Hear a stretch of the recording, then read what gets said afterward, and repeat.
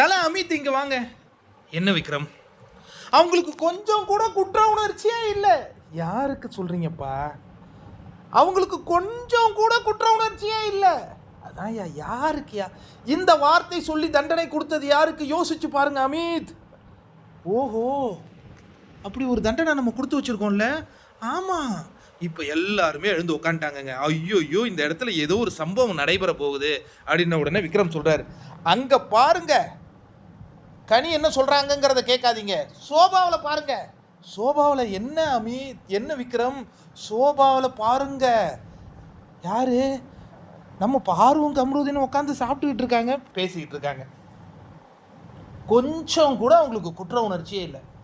என்னப்பா வேலை செய்ய மாட்டேங்கிறாங்க?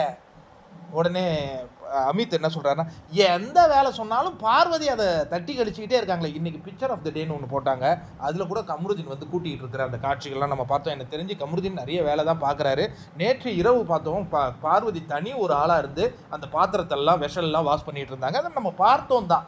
ஏன் அப்புறம் இருந்தும் விக்ரம் இப்படி சொல்கிறாரு?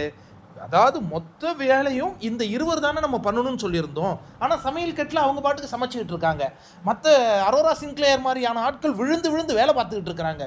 என்ன நடக்குது? நான் வேற வேலை பார்த்துக்கிட்டு இருக்கேன் அப்படிங்கிற மாதிரி ஒரு கம்ப்ளைண்ட்டை கொண்டு வராரு.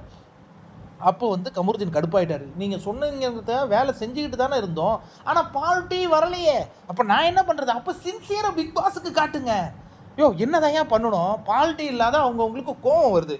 கோவம் வரும்போது இப்படி தான் பேசுவாங்க கமருதீன், நீ கொஞ்சம் பொறுத்துக்க அப்படின்னு அமித் சொல்கிறார். அப்போ நான் என்ன தொக்கா ஊறுக மாட்டியிருக்கேன் உங்களுக்கு? நான் சொன்னீங்கன்னு சொல்லி வேலை செஞ்சுக்கிட்டு தானே இருக்கேன் அப்படின்னு பயங்கரமான எமோஷனில் காட்டிகிட்டு வராரு கமருதீன். ஆனால் வேலை செஞ்சுக்கிட்டு தாங்க இருந்தாங்க. இப்போ இவங்க என்ன சொல்கிறாங்கன்னா, மொத்த வேலையும் செய்யுங்க அப்படிங்கிறாங்க. மொத்த வேலையும் எப்படிங்க 2 பேரும் செய்ய முடியும்?